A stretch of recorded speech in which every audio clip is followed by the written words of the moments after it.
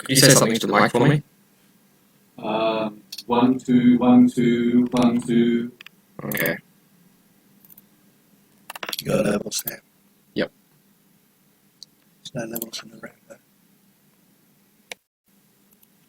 Actually, it's got loud.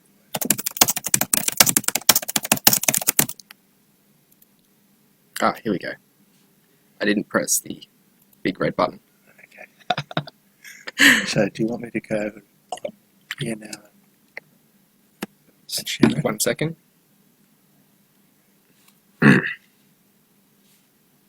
Here we go. And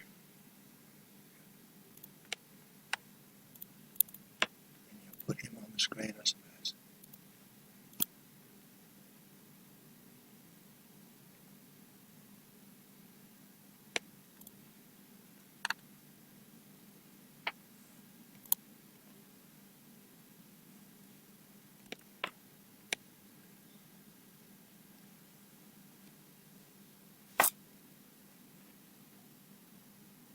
Okay, got it now.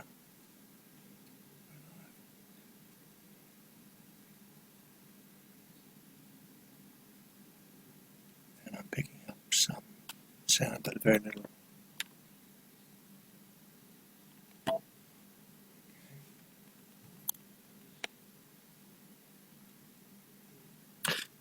Could you just say... Okay.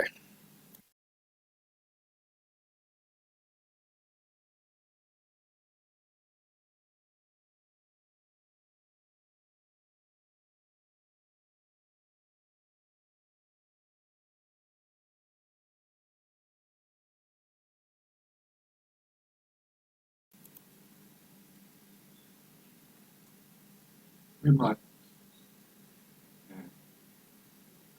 might go straight to asking questions of Greg. Okay. Well, live, could you do your intro again? Sorry. Okay. This meeting is held in Brisbane, the home of both.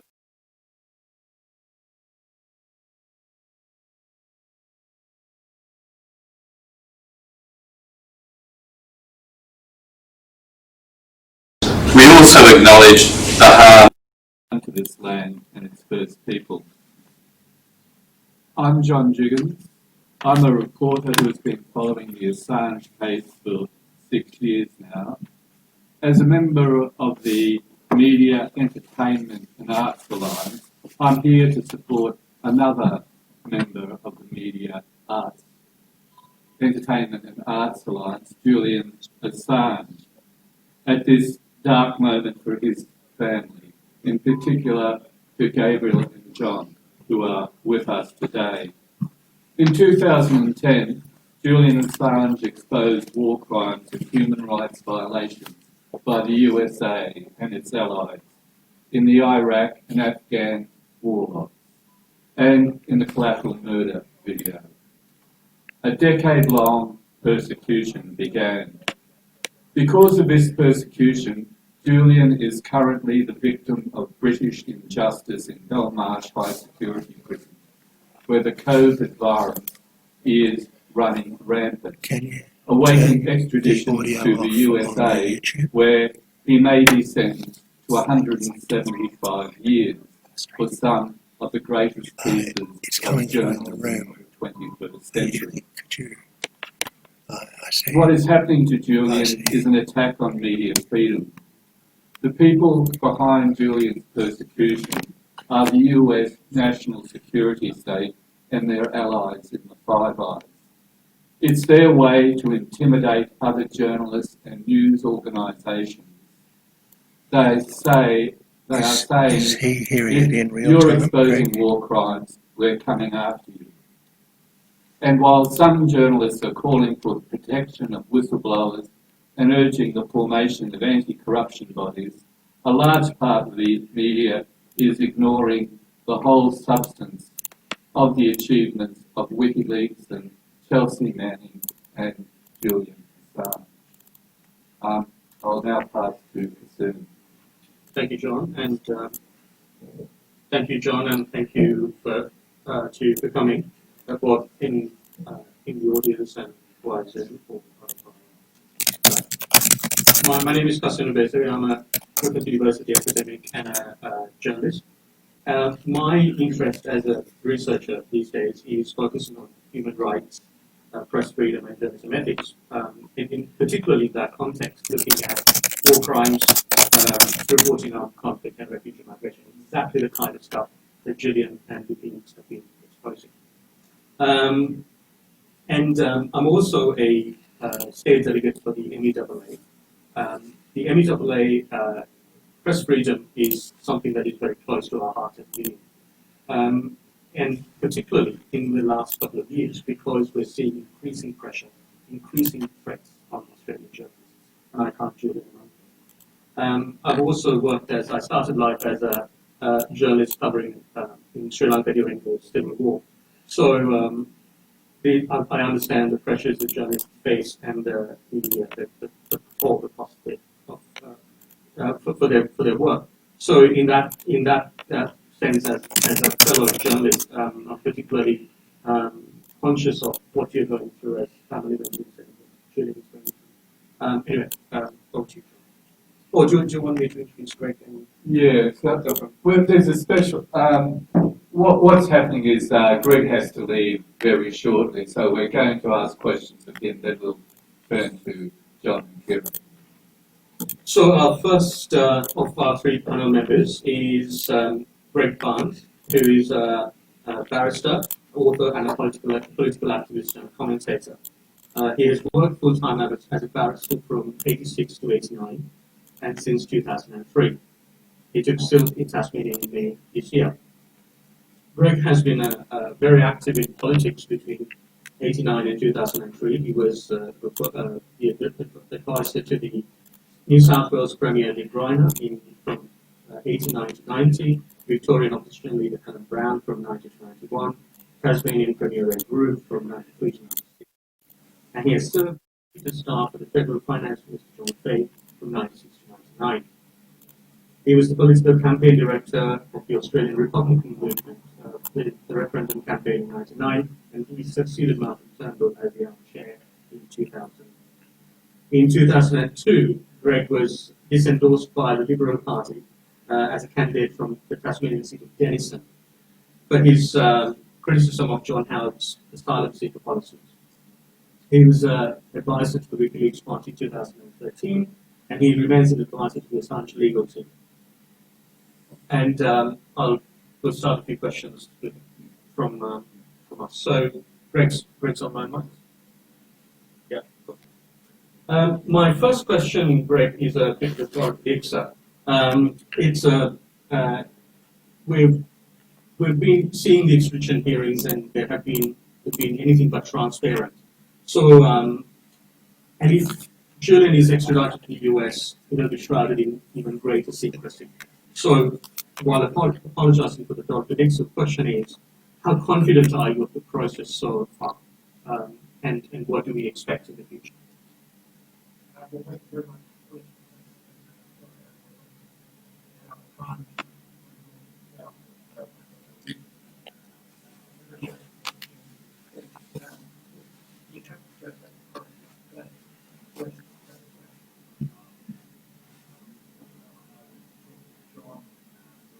The hearing on a daily basis and following the hearing pretty closely, reading the transcripts.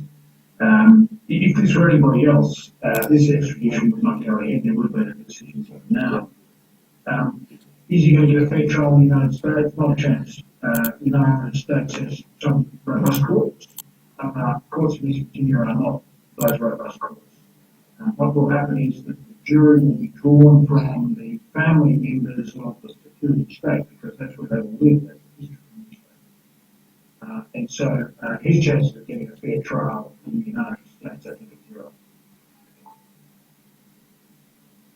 Greg, Niels Meltzer, the United Nations Special Rapporteur on Torture, visited Julian in 2019 and said Assange displayed all the signs of a person who had been subjected to torture. He declared that the systematic misuse of legal procedures by the US, the UK and Sweden was a form of legal torture, and warned that Mr. Assange's human rights would be seriously violated if he was extradited to the United States. What did the evidence from the extradition hearing tell us of the state of Julian's mental and physical health after a decade of incarceration? I don't think there's any doubt that the preponderance of the evidence in the extradition hearing was that this is a man whose mental and physical health has been shattered by virtue of the fact that he's been detained for a 10-year period. His detention, of course, in the Ecuadorian embassy was worse than the detention that is meted out to maximum security prisoners in this sense. Maximum security prisoners get at least 1 hour out of cell each day, sometimes more. They do get some form of exercise, they do get some form of mental health support, some form. He had none of those features. And so to extradite a person in those circumstances, as I say, if this were any Tom, Dick and Harry, that extradition wouldn't take place because the mental and physical health of the person is a material factor in the extradition. And it was the great alarm expressed by the court that an extradition would take place in circumstances where that person's physical and mental health had suffered so greatly over the past 10 years through no problem of their own. Greg, back in 2010, Julian said, Dr. Ward, talking about the Afghan war diaries, that thousands of war crimes have been committed. 10 years later, we now have conclusive evidence from none other than the Inspector General of the Australian Defence Forces, Paul Brereton himself, that Australian soldiers committed war crimes in Afghanistan. Now, bearing this in mind, what kind of impact will this have on Julian's case, if any? Well, we just go back a step. I just find it amazing that 2 or 3 weeks ago we had the Australian media lauding itself, patting each other on the back, as they rightly should, because of the exposures of what had happened in Afghanistan. Nick McKenzie and other journalists have led the charge on this. And yet, with very few exceptions, these journalists did not stop to think for a moment that one of their own is in fact facing an effective death penalty for doing exactly what they've done. I sent Nick McKenzie a text because I know Nick pretty well and said, any chance of mentioning Assange in any of your media? I haven't heard back, and I think that says volumes about the response to the Australian media and the hypocrisy of the Australian media when it comes to this issue. To answer your question directly, it's difficult to say what impact that would have on a jury, for example, watching a collateral murder. It's difficult to say because I've already said that I don't think he'll get a fair trial. And I think that was the expert evidence that he wouldn't get a fair trial because you're going to get members of the jury who are so taken and so biased, walk in there with great bias. And so it's difficult to say whether or not it'll have any impact. If it was an Australian jury, for example, I think the collateral murder video, if it was shown to a jury, would be quite telling and quite powerful in a defendant's case. But unfortunately, I don't think that's going to be the case in the United States.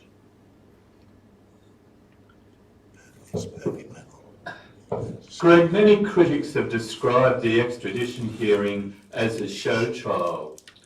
What are your views on this? How has the hearing been handled by Judge Vanessa Baritza?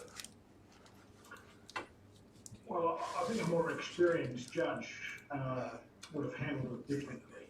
I think there wouldn't have been the restrictions that were placed on the submissions, restrictions placed on time that could be allocated to re-examination, for example. So I think it reflected that fact. I wouldn't call it a show trial, only in this sense that a show trial, of course, is about to come. The show trial will be in East Virginia. These proceedings are weird proceedings. Extradition proceedings are quite political, they're administrative. But I think the real issue is that if this judge rules in favour of extradition, that is alarming, and it will be then up to the higher courts in the United Kingdom to ensure that that extradition is overturned. She ought not to extradite on the evidence. It's abundantly clear, and I've said to many, it's abundantly clear there's no basis for extradition. and yet you can't rule out the possibility. And in fact, I think the probability that she will decide that extradition should take place. That, I think, reflects poorly on the English judicial system.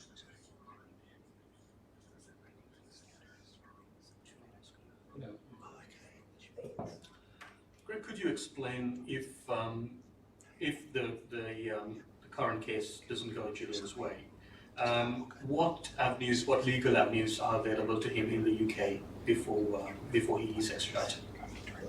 Well, at the end of the day, of course, there's politics involved in this. The government has to say yes to it, but the English courts at a higher level have got some track record in pushing back against the executive on human rights. We saw the UK Supreme Court push back on Brexit last year when Boris Johnson tried to prorogue Parliament. We've seen they've got a pretty long tradition in the UK Supreme Court, which is like our High Court, of pushing back when the government wants to send people back to places where they're likely to be tortured. They're a much more progressive court than Australia's High Court. So I think when it comes to the courts, and I think this is a view of my colleagues, when it comes to the courts, there may be some joy. The issue, of course, is whether the United Kingdom insists on this extradition, or whether Boris Johnson says, look, enough's enough, this has all gone too far, and loses interest in the matter and says, I'm not going to extradite. I think, and that's a political question. Greg, Niels Meltzer, the United Nations Special Rapporteur on Torture, said in an interview with the German webzine Republic about the behaviour of the Swedish police in the alleged rape case that he'd looked at the original documents. He speaks fluent Swedish, and he could hardly believe his eyes. According to the testimony of the woman in question, a rape had never taken place at all. And not only that, the woman's testimony was later changed by the Stockholm police without her involvement in order to somehow make it sound like a possible rape. Then this is a quote from him: I have all the documents in my possession, the emails, the texts, the messages. This seems outrageous. What can you tell us about this? Well, John, I agree with Niels Meltzer, and I certainly discussed some of those matters with Julian many years ago, and I've discussed them with others. I think the conduct of the Swedish justice system was appalling in this particular case.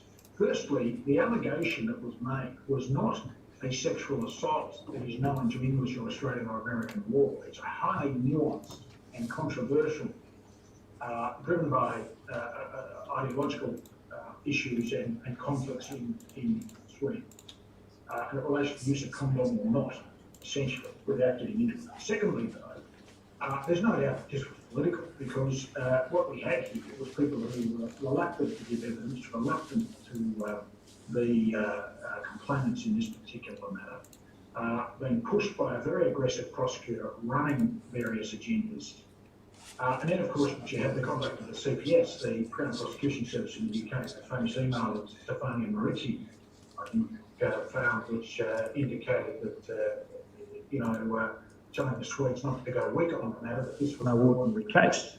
So it was a ruse and an abuse of power in order to try and get Assange to Sweden for the purposes of rendition to the United States. I don't think there's any doubt about that. And Swedish justice system, such as it is, certainly did not cover itself with glory, and I think was highly conflicted in this case from the start, and it was, frankly, as I said, an abuse of power.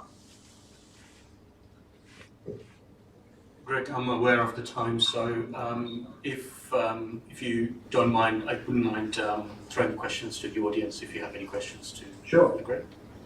Anyone with questions?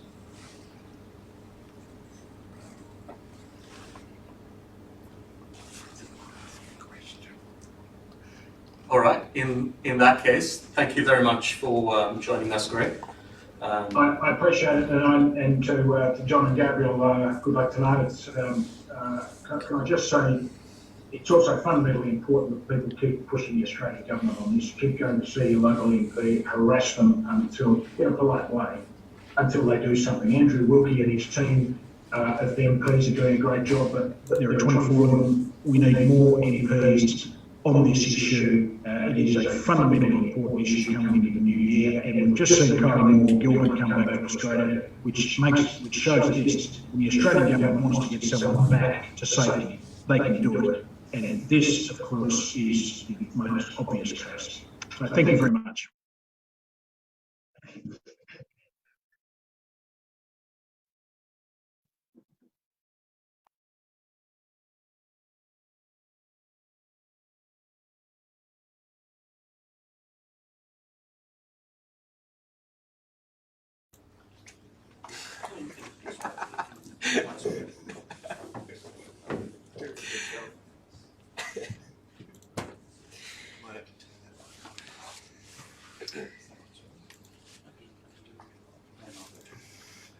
John, the United Nations has been calling on the Australian government to act in defence of Julian Assange for the past 5 years. In 2015, the United Nations High Commission for Refugees, the UNHCR working group called for Julian's release in 2015, saying he was being arbitrarily deprived of his freedom of movement in the UK, and demanded he should be able to exercise his right of freedom of movement in accordance with the Human Rights Conventions the UK had ratified. The US, the UK and Australia ignored the UN's calls. How do we make the Australian government then agree to bring Julian home?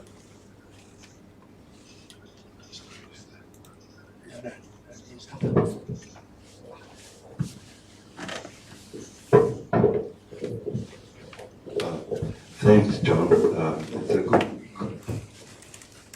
It's a good question, how to make the Australian government bring Julian home to us, which we thought about a lot. If you remember a couple of years ago, you couldn't get a good word about Julian in the paper, and I couldn't get an appointment to see any MPs. And now, as Greg has just pointed out, there are 24 MPs with a solid core.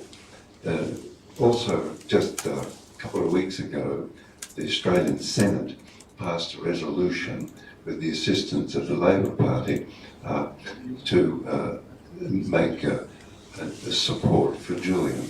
I think that indicates that we're moving along a bit. With the Labor Party, they have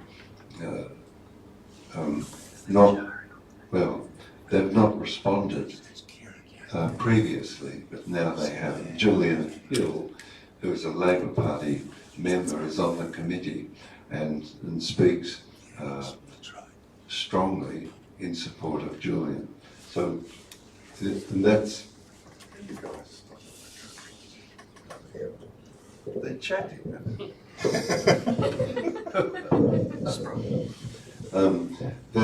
So with gathering further support, just a resume. So we have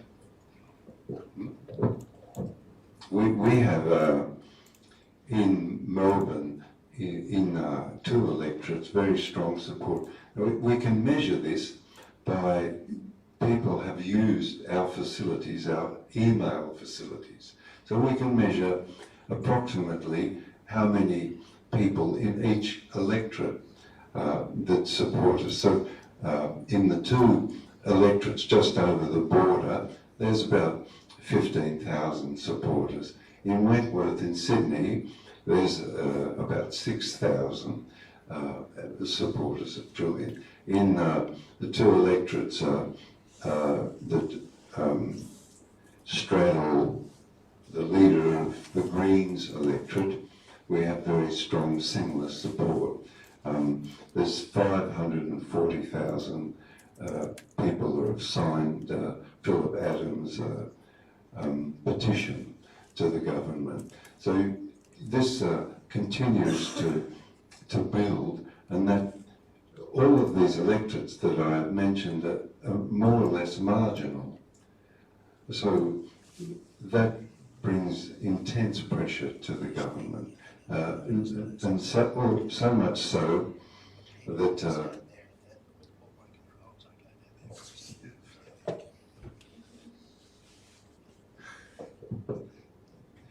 John, just put it on the table. You don't need to. Yes. We're getting good notes. So much so, and I'll leave it at that because I've lost my thread listening to other people's conversation, but I'm sure I'll pick up the thread on the next question. Yeah, we've only, unfortunately we're sharing this one microphone. Let me introduce you our third panel member, Ciaron O'Reilly. He's an anti-war activist and a staunch Julian Assange campaigner. In 1980, Ciaron was associated with the Catholic worker movement in Brisbane, who ran a hospitality house and shop called Justice Producers in West End. He has been an activist in the ploughshare movement, and in 1991, Ciaron was jailed in the United States for participating in the ANZUS ploughshare disarmament of B-52 bombers on the Gulf War. In 2003, at the start of the Second Iraq War, he participated in the pitch of ploughshare disarmament of US Navy warplanes and was again jailed. In a significant victory for the ploughshare movement, he and his co-accusers were later acquitted by a Dublin jury and offered 2.1 billion damages to the US Navy warplane en route to the invasion of Iraq. In 2010, while based in London, Ciaron came to the aid of Chelsea Manning and Julian Assange, who have been persecuted for exposing war crimes in Afghanistan and Iraq. And Ciaron continues to work with the Assange campaign. So as a anti-war protester, my question is, one of the accusations that's leveled against Julian and WikiLeaks is that the unredacted Afghan war diaries endangered lives. Now, we know the track record of the war and the human toll of the war. Having said that, has the US or the authorities provided any evidence to support those allegations that the Afghan war diaries did in fact lead to the death of informants?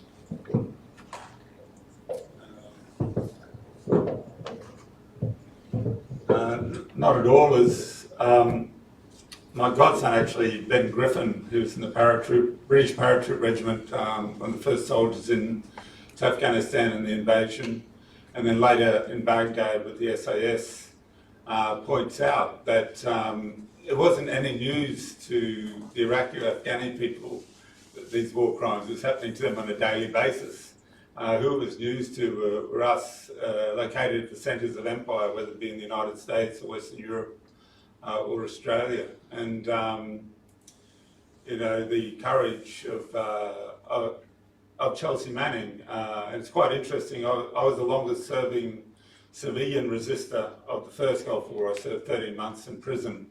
But there were over 200 members of the US military who were sentenced to 6 months to 6 years for their non-violent resistance. And actually more resistance came out of the military than out of the civilian peace movement. And obviously Chelsea Manning bore the greatest burden of this with the 35-year sentence, and also tortured in Kuwait and at Quantico. So having met many veterans, British and also American people like Joshua Castile, who did interrogations at Abu Ghraib, over the years of this latest incarnation of this war, they find great nourishment and solace out of the work of WikiLeaks. And I was arrested. I'm 60 now. I was arrested when I was 30. As we disabled a B-52 bomber, and B-52s dropped 30% of everything that was dropped in those months of the Gulf War. And the B-52 we took out of action at an upstate New York base other B-52s were deployed from that base specifically to England, and they dropped napalm, cluster bombs and fuel air explosives. Now, unfortunately, the peace movement kind of collapsed halfway through the aerial bombardment, and the nature of the war changed into the genocidal sanctions that killed over 1 million children in Iraq through the 1990s with very little resistance. There were small groups like Voices in the Wilderness who were breaking the sanctions. And what the sanctions in the first Gulf War did, they totally destroyed Iraqi civil society. They hardly touched the government or the power of Saddam Hussein. And the invasion of 2003, the escalation, finished off the government of Saddam Hussein. But the civil society had been destroyed in the 90s. And the work of WikiLeaks, I think, is significant because the nature of warfare and how it's marketed in the centre of empire, whether it be Australia or Western Europe or the United States, has changed. Like obviously some people here are from the Vietnam era, where you had the conscription and the draft, and they learned from that. And now all they ask us to do is to avert our gaze, to look the other way. And they found WikiLeaks such a threat because it puts, I've just been watching the Claral murder footage here, and it's it's from the horse's mouth. It's actually US military footage of war crimes, and no one was charged for that. The indiscriminate killing of the people on the street, and then you have the acts of mercy of the father taking his kids on the school run. He stopped to try and save someone, and then they're butchered as well. So WikiLeaks preserves life by exposing the crimes that are done in darkness, and hopefully will restrain the next crime. And that's why they've been targeted by the US military and the government, I think. This is a question you both can answer. The press have this trope where they pretend to be objective and ask the question, Julian Assange, hero or villain? But they never talk about the heroism of Assange or WikiLeaks for exposing war crimes by our leaders and our soldiers. So I'd like to ask you the same question. Julian Assange, hero or villain? Thank you, John. I've always been a bit sort of like irritated by that question. It never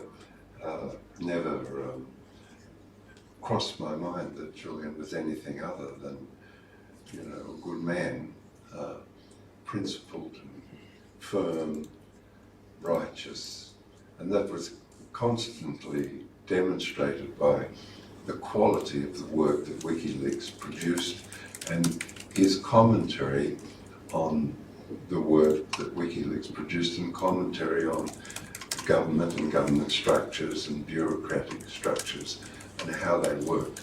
So, as for heroism, there's two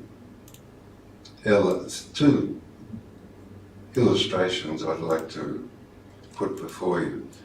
One is with collateral murder video.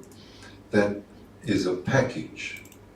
We only ever see the video. There's two other videos involved in that package. One is the interview in Seda City by the surviving relatives of the photographer. And Kristen Hannifson negotiated permission to go to Seda City. And we see in the second video where the nephews and children see their relatives slaughtered and they collapse onto the floor in agony. An important thing in cherishing life is to give name to the dead, commemorate the dead. We do that all the time. And so the other aspect of Kristen's visit to Seda City was to name the balance of those people we saw murdered in the video. It wasn't possible. They couldn't find. They could only find, two names, the two photographers.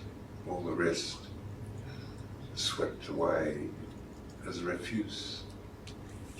That's a great crime and a great understanding of Julian and Kristen Harrison to attempt to give names, to put a name to those we see killed in that video. The second one is the testimony in court. One of the witnesses is a man named El Masri. He was kidnapped in it slipped my mind, Macedonia. He was kidnapped in Romania and on the border of Macedonia and sodomized and tortured and then delivered to the CIA in Egypt to be further tortured. Under torture, the CIA realised that they'd got the wrong chap and then flew him back to Germany. With the assistance of John Gertz, an investigative reporter, a close friend, and the WikiLeaks files, he was able to name the 13 CIA agents who had kidnapped and tortured El Masri. The judge in Munich, the Munich court, issued arrest warrants. The United States government said that if those arrest warrants are fulfilled, it will damage the relationship between the United States and Germany.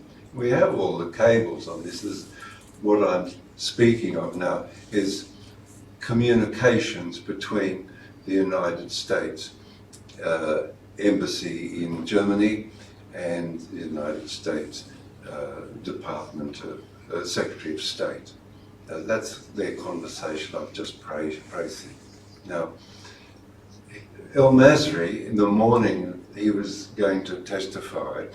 The barristers always test out the equipment, like this sort of equipment here that we're using, because it's they can't come to court because of the code.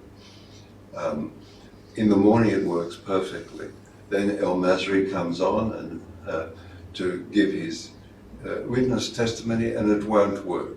It cuts out, it cuts out, it cuts out. For 30 minutes in court they try and make the connection, but it's not possible. The witness testimony, live witness testimony, is abandoned. The judge and the prosecutor begin to devalue the importance of and then say that the court ought to move on and we can, file the witness statement and so on. Now, Julian's in a glass box up the back, about as far away as that cameraman, Ben, is behind there. And that glass box has slots about that big, okay, and there's bulletproof glass. Julian stands up and said, I will not allow this court to censor the testimony of a torture victim.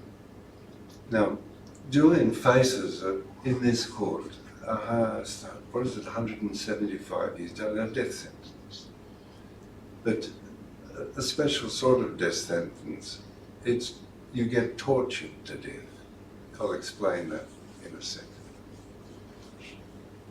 So he makes that statement twice in a row, and the court is shocked, And then the defence insists upon reading the testimony, and they read the testimony out. In fact, they read a gist, what they call a gist out. They shorten it for time. Well, that, I think, is a pretty strong example of courage, when you put yourself, even though you're facing death, you consider the circumstances of another human being. I think that's pretty good myself. Just to illuminate what tortured to death means, if Julian went to the United States, extradited to the United States under an espionage charge, he would be put in what they call a supermax prison. It would be in Colorado, a supermax in Colorado. He will also fall under what are called SAMs, as special administrative measures. I'm not making any of this up, it all happens to many people. These special administrative measures mean that you're in your cell for 23 hours a day. You're allowed out for 1 hour. That hour is to go to another cell exactly the same size. That's 8 foot by 6 foot. Okay, it has a toilet in it and so on. That's your exodite. That cell is empty, it's got nothing in it. These people, there's a hole in the steel door. The guard comes past every half hour. I'll explain why. Every half hour the guard comes past, looks through the hole. There's no communication, you're in a, so they scream. In order to speak to somebody, they yell. The other one yells. The other one yells. 20 men screaming at each other in order to communicate, because you can't hear anybody unless they bellow. Some have been in there 10 years. Their minds are completely fractured. They scream anyway. They just join in the screaming. This hell-like cacophony emits. The guards come round every half hour to make sure you don't commit suicide. That is, you continue to suffer the insufferable. I think Julian's standing up for that fella, El-Masri, and saying, you know, I won't allow this court to not hear the testimony, to censor the testimony. I think that's pretty brave. Also, I think it's pretty brave of us to continue the fight, to ensure that Julian doesn't get put in these circumstances where it's so insufferable that you want to die, but they won't let you die. That's SAMs. These are real things. This depravity is actual since 2001. Anyway, I don't want to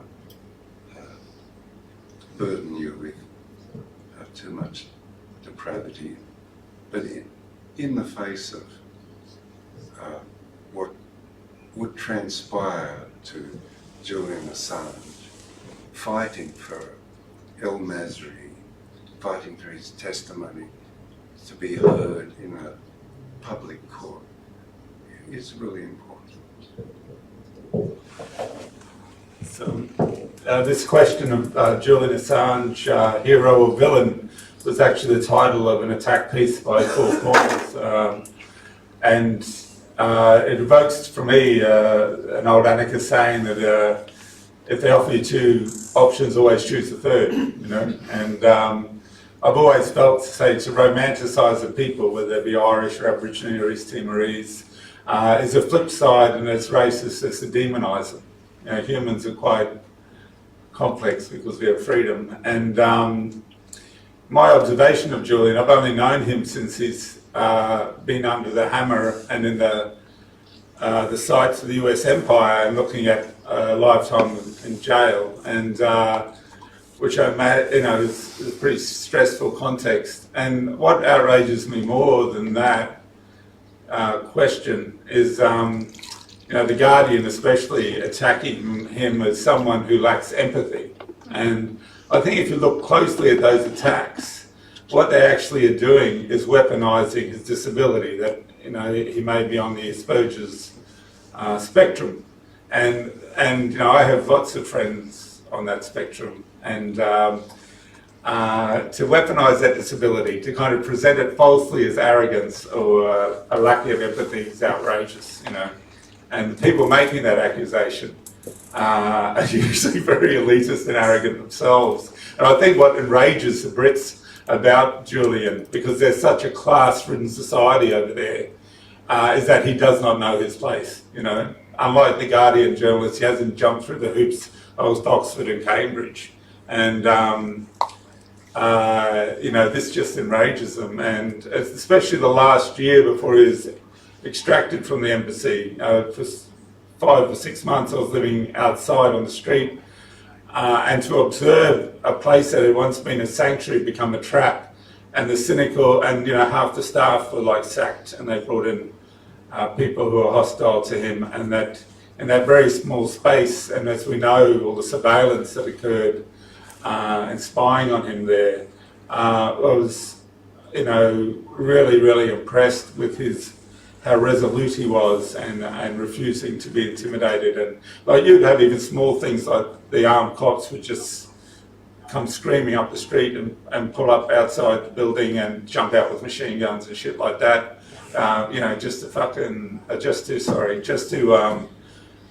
To freak him out. And that last year was very, very stressful, and I was very, very impressed how he always kept the initiative, and remained human in that.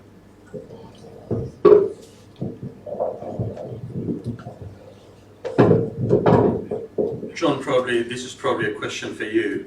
The Australian government, we've seen in recent times, have rejected the charges against the British Australian academic colleague, Moore Gilbert. So Foreign Minister Marise Payne said in January, we don't accept the charges which under which she is detained, held, charged or convicted. Yet we see a very different story with Julian. Prime Minister Julia Gillard's first response to the American accusations against him in November 2010 was to say that he had broken the law. She couldn't, of course, identify the law, and she had to withdraw her comments. But we have had 4 prime ministers since then.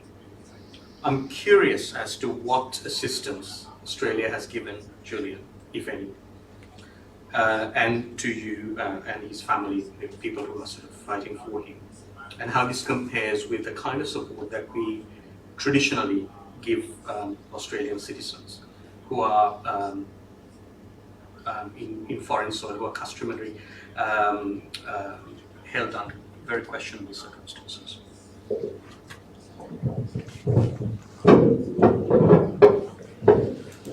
Thank you. As I'm in the process of asking the Australian government to act, I notice in my experience, if people call me names and then ask me for a favour, I'm very reluctant to do something. So I have to restrain myself a little bit. I think the pursuit of Julian is a sort of like a state-to-state hysteria that infected the United Kingdom, Sweden and Australia. And that hysteria fulfills the desire of the United States to disguise its crimes. And their crimes are tremendous. With the Australian government's action on behalf of Julian, there's Marise Payne had spoken to Pompeo, Mike Pompeo, Secretary of State in the United States, and about Julian. Also to Dominic Raab, Secretary of State of the United Kingdom.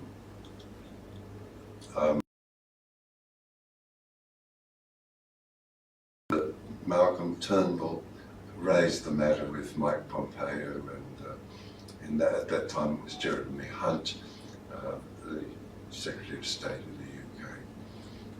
Both of these times, the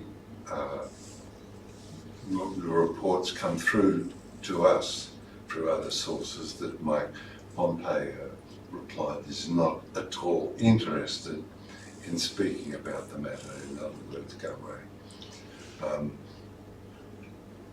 I think that Kylie Moore Gilbert's circumstance demonstrate there were 3 Iranians exchanged for Kylie. So I think they demonstrate that it is possible for the Australian government to act. It is well within their capacity to simply indicate to Boris Johnson. Now, by the way, Boris Johnson doesn't like the extradition treaty as it exists between the United States and the UK. He, as Mayor of London, successfully intervened in the Gary McKinnon case, and Gary wasn't extradited to the United States.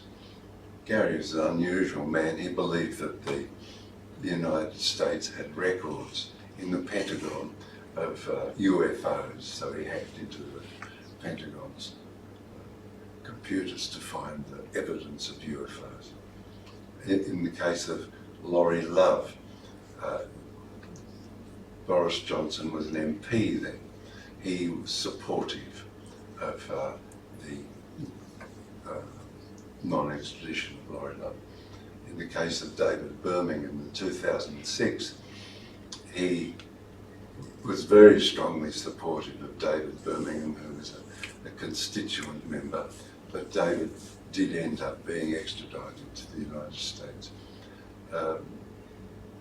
In Prime Minister's question time, last April, the last question that, as leader of the opposition, Jeremy Corbyn asked was to do with Julian. Boris Johnson didn't take the opportunity, as all other governments have, to say negative things about Julian. He was neutral about Julian and helpful on extradition. So we have some sympathy there. So it's a simple matter for the Australian government to speak diplomatically to Boris Johnson and have Julian take up the humanitarian visa that's been issued in Geneva. And that humanitarian visa has been issued in Geneva because Geneva has specialist hospitals for treating people who have undergone years of psychological torture. So this is a big opportunity for the Australian government to redeem itself in the treatment of Julian and have him assist to have Julian moved to Geneva to undergo rest and recuperation and proper treatment. There's no treatment for the sort of circumstances of 10 years psychological torture in a small cell in a maximum security prison where you can't speak to anybody for fear of getting COVID. And you can't speak to anybody because you're not allowed to, because they're under a sort of COVID lockdown. So this is easily repaired by our government. Thank you. All right. Well, we've spent, I think 45 minutes already asking questions. So the idea of this is to also give the audience lots of time to ask questions. The audience who are present in the room and the audience who are watching the webinar. So I think it's time for us to move to an audience Q&A. And Jenny's got a question. All right. Ian, you'll have one. Hi John, and thank you very much for this opportunity to answer our questions. I have a question about the campaign to try to get Trump to free Julian and Edward Snowden before Trump hopefully conceding the presidency on the 20th of January. How hopeful are you of this outcome? Hello, is that working? Yep. Well, pretty hopeful. He's such an eccentric fellow, Donald Trump. You feel as though he could sort of like, oh, okay, send him home. But seriously, there's a worldwide campaign and a lot of important people, well, not that we're unimportant, by the way, institutionally important people have written and signed the letter to President Trump. So the letter comes in two sections. One is ex-heads of state, ex-foreign ministers, ministers of government, judges and so on. And the other section, the other letter, is journalists and other people of that sort. So it's divided into two. And a lot of the gossip is a lot of Trump's journalist friends that he's worked with over the years have signed the letter asking Trump to extend the pardon.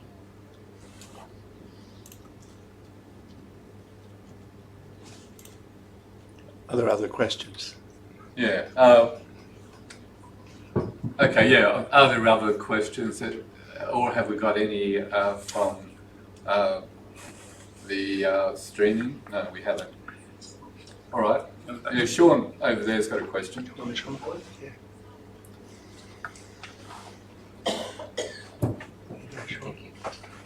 What do you see as the potential ramifications of not being able to bring Julian Assange home for Australian media?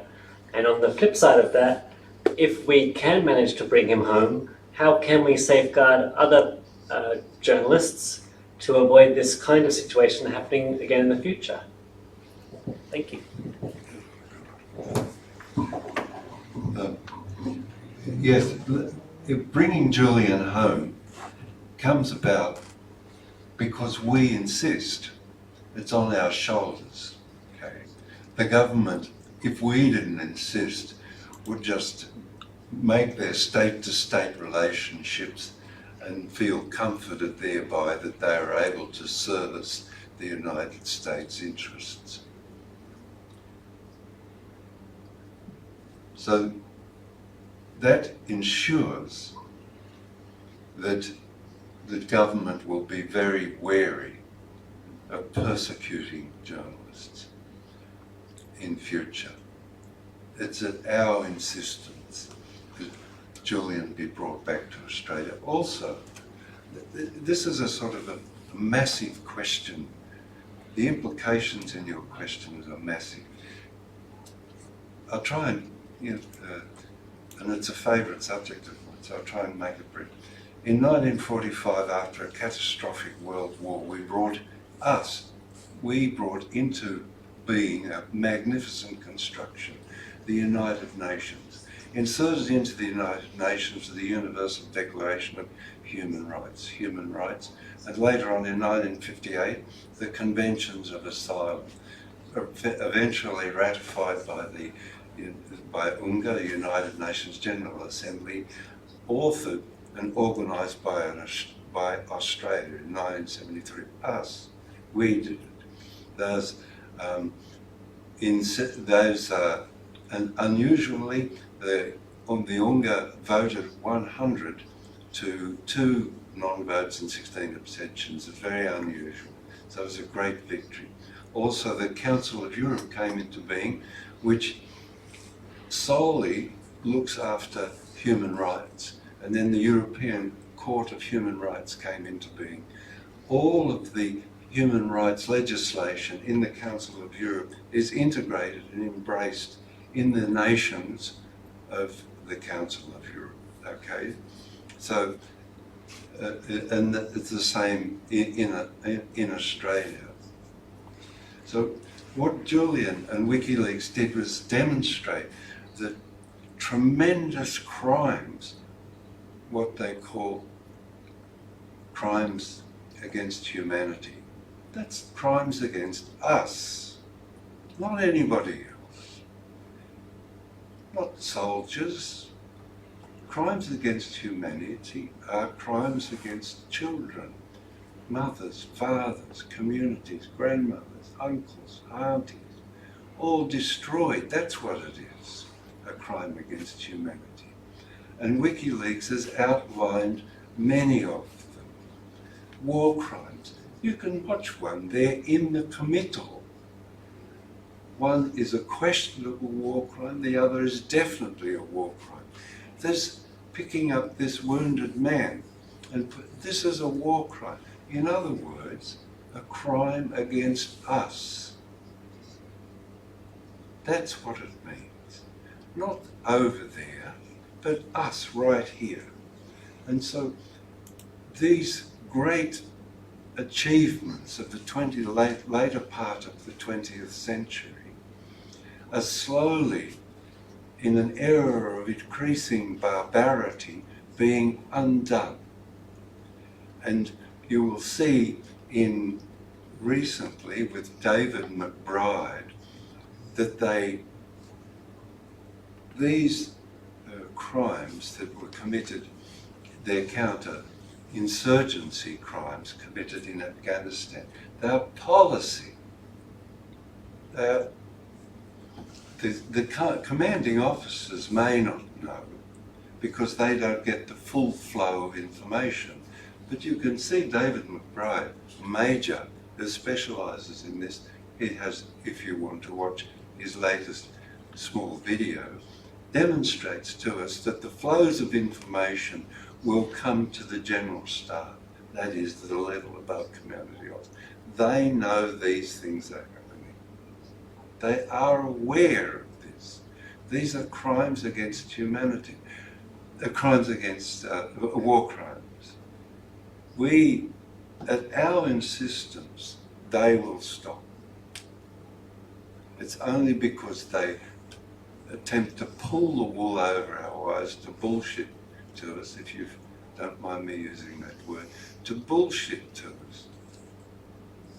And they do that by suppressing the information, by causing a young man, he was young then, 10 years ago, he's 39, a young man to spend 10 years in arbitrary detention and psychological torture, crucified in order to demonstrate to us that we don't complain, we don't reveal the crimes that they are committing against us. Lastly, there's a good man, academic in Melbourne. His name is Gideon Polya. He's about my age, I think a little younger. His latest book, he's a specialist in excess deaths, how to calculate excess deaths. He estimates that, or calculates rather, that there are 6 million violent deaths in the Middle East since 2001. 6 million.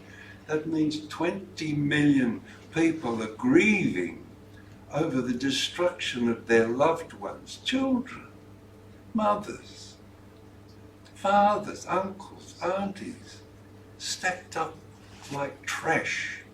And we can only mention it as 7 million, and then it's disguised in an academic book. But they're people, And so fighting for Julian brings a grain of justice to those grieving people. Lastly, there are 38 million refugees wandering the Middle East, their homes destroyed, their communities blown up. Julian and others' revelation of those crimes, David McBride, Chelsea Manning, will enable us, and are enabling us, to insist that our governments stop this heinous behaviour and obey the laws under which they exist, under which we give them permission to act on our behalf. Anyhow, I'm getting a little bit strident, forgive me, but I think it's important to say. Now, Miles, you've got another question, have you? We've got I think Ciaron wanted to answer that. Yeah. Oh, all right. Well, okay. I'll just return to a few questions ago in terms of my own personal experience of the Australian government's advocacy in relation to someone in trouble with the United States politically. Is that at the sentencing of ourselves in Syracuse, New York, over 100 Americans were thrown out of the courtroom for confronting the judge that they're about to legalise mass killing and criminalise peacemaking. And I remember the door opening and 3 guys in suits being ushered back in, and I turned to the court official and said, "Who are these guys?" And they said, "They're the guys from the Australian Embassy." So they'd been there the whole morning. They hadn't come up to me as an Australian citizen and said, "We're here to represent your civil rights and make sure you've been treated properly." They just hung out with the FBI all day. And if you look at the treatment of David Hicks, I mean, all they had to do was ask him back. Like Americans weren't sent to Guantanamo. British citizens were, Australian citizens were. And, the complete failure of people like Alexander Downer to do their well-paid jobs as High Commissioner in London, not even to visit Julian in Ecuadorian embassy or send anyone down there. Or I don't think they even observed the latest hearing. It's not only incompetence, it's a sycophancy that's at the deepest spiritual sickness of this country, is that we somehow seek security in serving empire and sending young men and now young women to kill and die in useless wars. We've been 19 years in Afghanistan, Iraq twice, first under Bob Hawke and the Labour Party, then under Howard and the Liberal Party, to Vietnam, to Malaysia, even to Northern Africa in World War II. World War I, we've been involved in about 12 wars, and only one, the war against the Japanese in the Pacific, could be described as offensive, And so the abandonment of Julian Assange is the flip side of sending our young men and women to Afghanistan to do terrible acts, and that are now being exposed, and also to come back and have high rates of suicide, etc., etc. We really have to address that, they need to be challenged, they need to be pressured to do their jobs,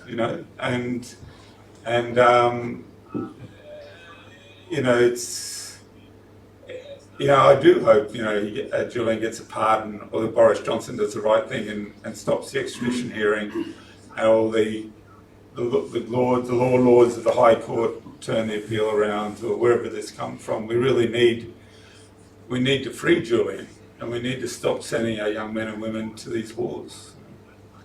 And our complicity with the butchering of East Timorese, where we trained Indonesian troops right near the city in jungle warfare training at Canungra. The heartbeat of Pine Gap.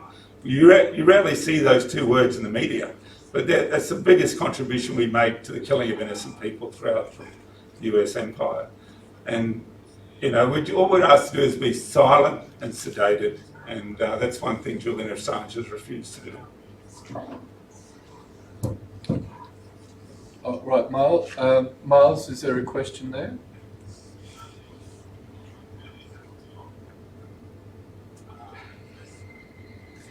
Sorry, I just lost it. Could we carry on? I'll come back. I'll get it later. All right. Is there another question from the audience which is present here? Yes, I had one. You mentioned David Hicks there, and that I wonder if you see a parallel between what David Hicks' father did in that campaign to successfully get his son out of Guantanamo Bay and your situation with your son. Yes, we chaps get a bad press the last, 20 years or so. But I think it's a bit wrong. I found in my own experience, I have very close friends, around my age or down to 60, who fight tooth and nail for their kids, as David did. One friend, 2 of his children have gone off went off the rails, you know, like 10 years ago, he still goes up to their houses or wherever they're living and picks up their lives and, you know, restarts them again. So that's what I don't know whether it's an Australian phenomenon, but that's what I've found us men here. When we're called upon, we're pretty solid, and David was, and I hope I managed as well as David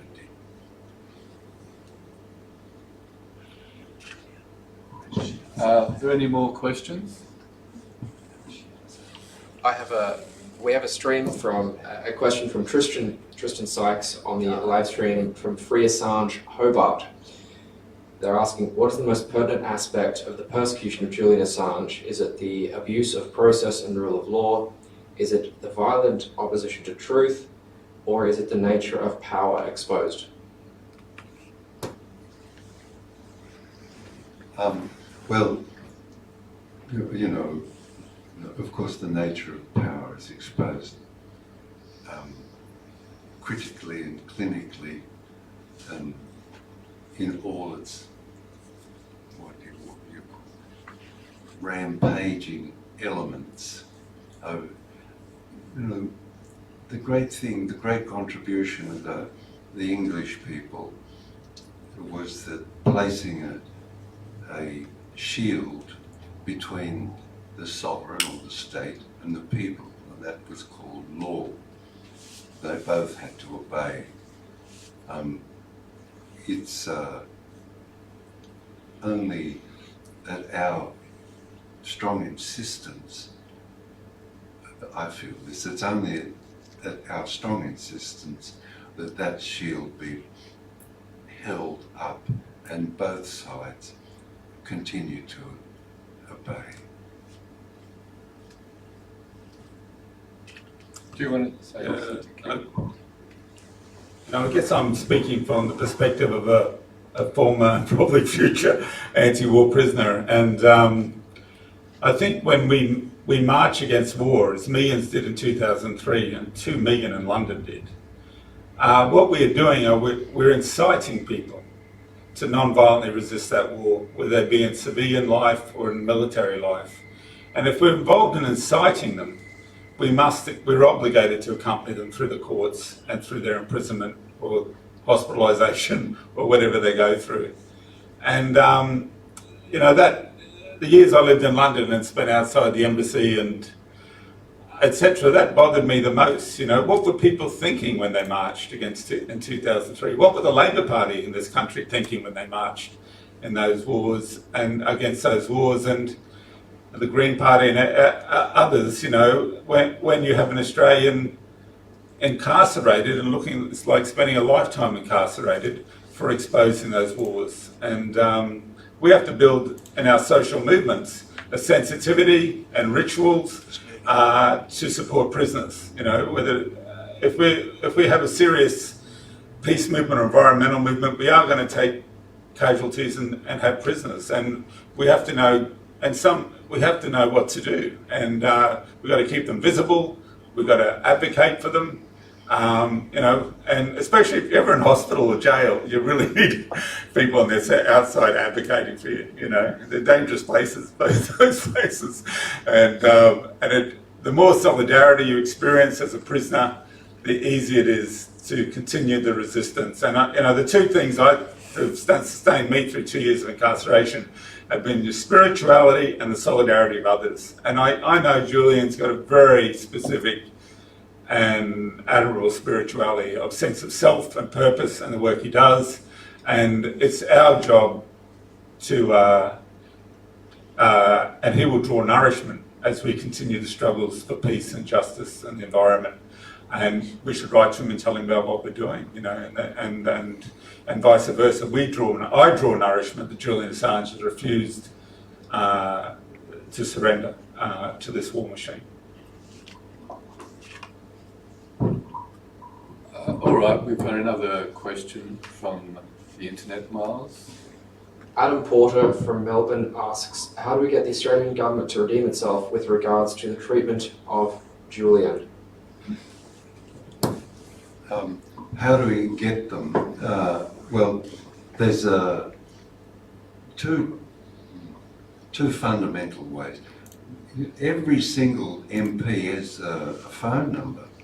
I ring them up all the time. I rang the local member for Richmond, I think it's called Richmond, this morning.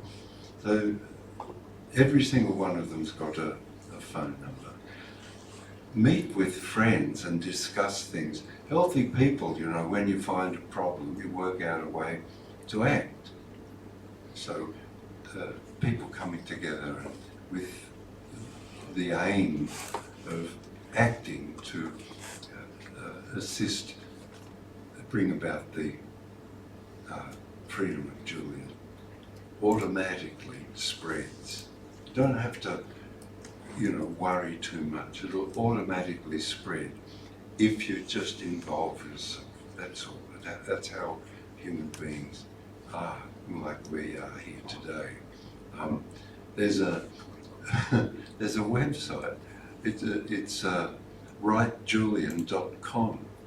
That's WRITE Julian, writejulian.com, and that has all the information to there that you could send Julian a card or a letter, or you know, whatever you like.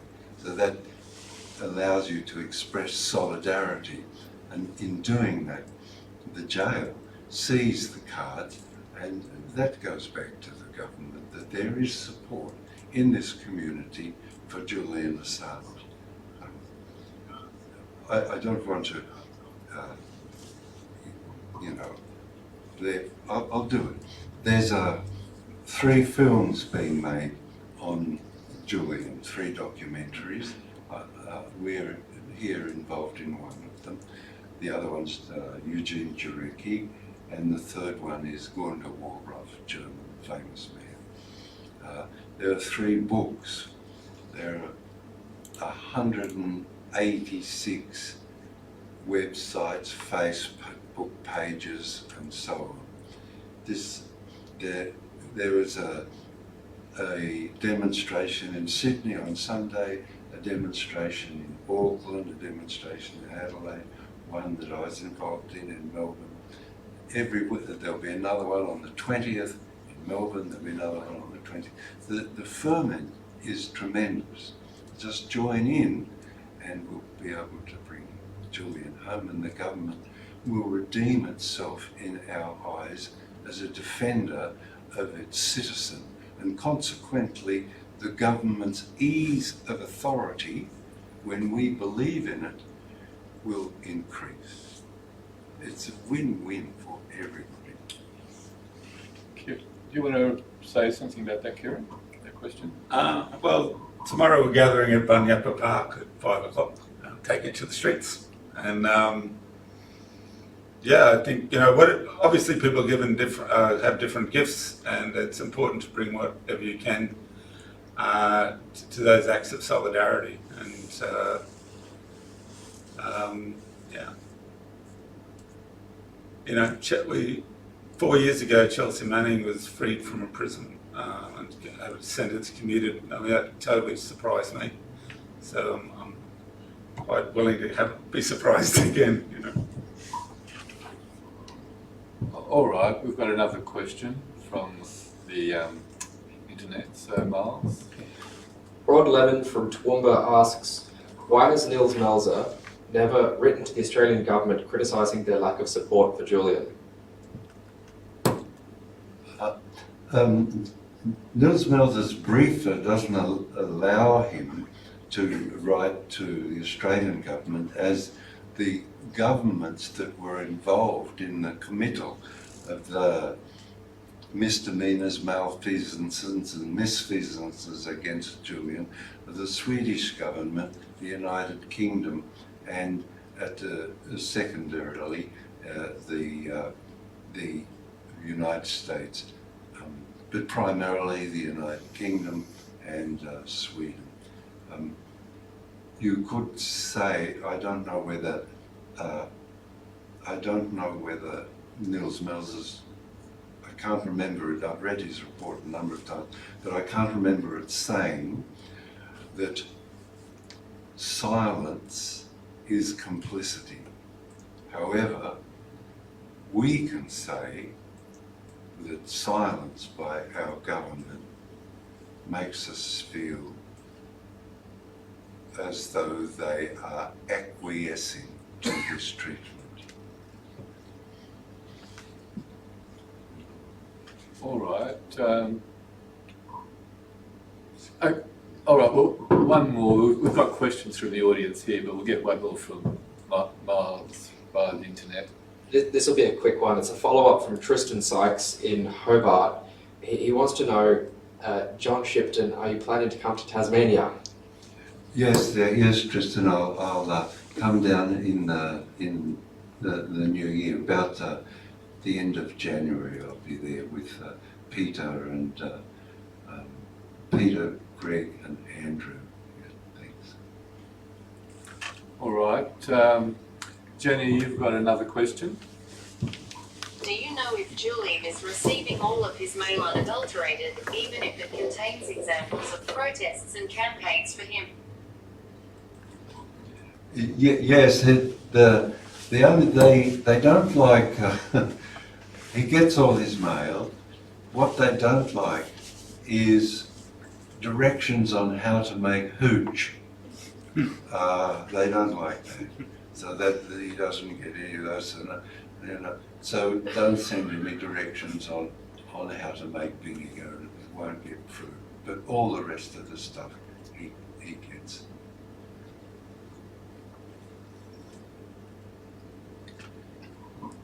All right, one more. Another question from Miles. Sharon Ferrick from Bundaberg is asking, John Shipton, is the Australian media supporting or hindering your efforts to free Julian with their reporting of Julian's fight to return home? Are they accurately reporting the facts of the case? Again, I face the problem. I don't want to criticise the media because I want them to act in Julian's interest, and I don't think whipping people gets you anywhere. So with that said, over the last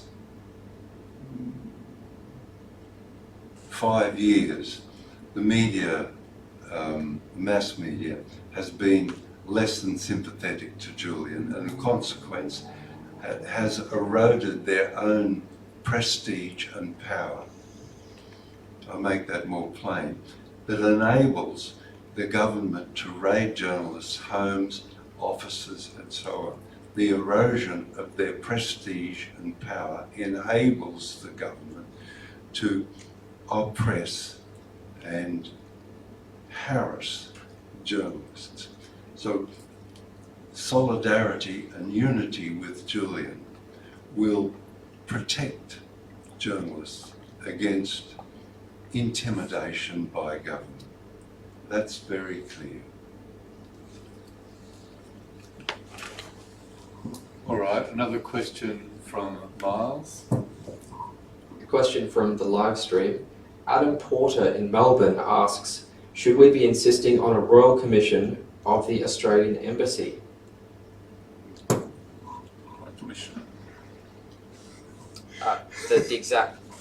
The exact wording of the question is, should we be insisting on a royal commission of the Australian Embassy?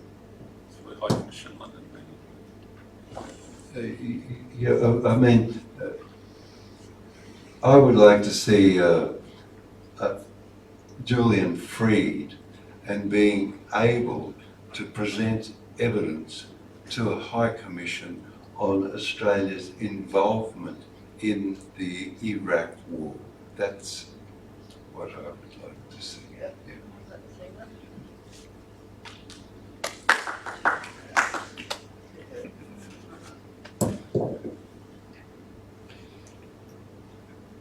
There are a question on the stream from John August. How might we increase public awareness in Australia of the contradictions and hypocrisy in foreign policy? What might we hope for?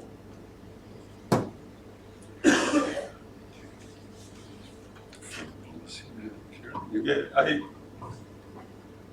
I think you have to seriously consider where you find security. And, even people like Malcolm Fraser, before they passed away, were coming to the conclusion that alliances don't always bring you security. And he made the observation that the only reason we ended up invading the Ottoman Empire, or Turkey as it later became, was that we were in alliance with Britain and Turkey was in alliance in Germany. There wasn't any major conflict between Turkey and Australia.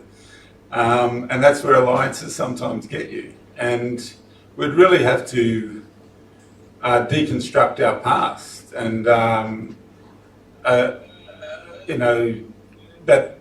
that we have troops in Afghanistan is not even debated, even when we discover what they're doing in terms of killing children. That we have an air force bombing in Syria in the Middle East. That Pine Gap does what it does. These have all become kind of Muzak, and what role do we play, and what do we get out of it, and who suffers for it, and we hype these kids up to join the military, to send them off, and we often abandon them, and that's a tragedy. But a worse tragedy is what they've done to people over there, out of sight and out of mind, in Afghanistan, in Iraq, in Syria. And this war it's both escalated and it's expanded into Yemen and into Libya. And, it's not part of even debate when there's an election or this. So we really need to wake up, and we need help doing that, and obviously WikiLeaks was helping us do that. All right, is there any more questions from the audience? All right, John Ransley's got a question. There you go, John. Thanks, Ian. Thanks very much for the extraordinary seminar that you've organised. There was an earlier point, I think John mentioned the importance of naming the people that have been killed. And that reminded me of Robert Fisk, who just recently died, which was one of his particular pursuits in investigating American war crimes, basically in the Middle East, was to identify the names of the people, and he would list them all in his columns. And he's a great loss to journalism. One of our best, one of the best journalists in the Middle East, in my opinion. And there's no one else of his stature or his experience, background, and so on to replace him. So, but just that point about the importance of naming those people, I thought was a really good one. Yeah.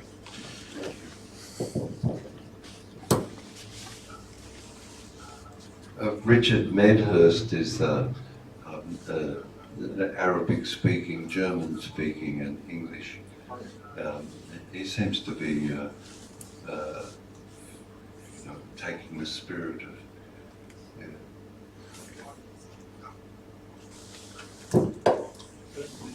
All right, have we got any more statements or questions from the audience?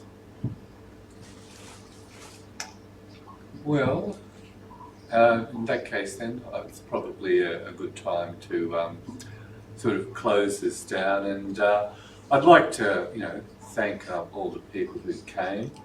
Particularly like to thank Miles Whittaker and Ian Kerr.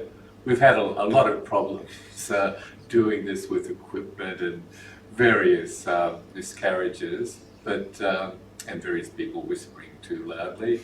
Not that I'm going to name who they were. But Thanks for throwing me under the bus and getting out. But and I'd particularly like to thank the Media, Entertainment and Arts Alliance for help supporting this, and I'd like to thank the Pirates Party, the Pirate Party, not the Pirates Party, I guess it's singular, for organising the through Miles the the webinar and also for hosting it on their website. And I'd like to thank all of you who came here tonight, and I'd particularly like to thank Ciaron O'Reilly, well, I was going to say veteran anti-war activist, and I think I should, and particularly John Shipton for well, coming here and sort of speaking so eloquently about the issues involved with the torture and the attempt to destroy Julian by the national security state for revealing their war crimes.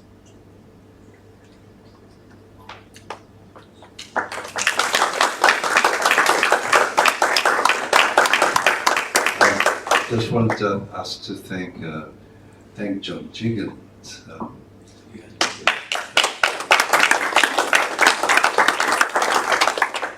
And thank you all. It's I think I feel very positive coming here to Queensland and northern New South Wales. Our